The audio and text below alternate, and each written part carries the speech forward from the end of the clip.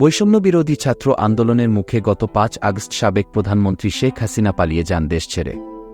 তার পদত্যাগের পরই ভেঙে দেওয়া হয় সংসদ। হাসিনার পলায়নের পর দেশ ছেড়ে পালিয়ে যাওয়ার চেষ্টা করেন আওয়ামী লীগের মন্ত্রী, এমপি, নেতাকর্মীরা। কেউ কেউ দেশের ভেতরেই আত্মগোপনে চলে যান। তাদেরই একজন ঢাকা ১০ আসনের সাবেক এমপি চিত্রনায়ক ফেরদৌস আহমেদ। শেখ হাসিনা ভারতে যাওয়ার পর থেকেই কোনো খোঁজ পাওয়া যাচ্ছে না তার।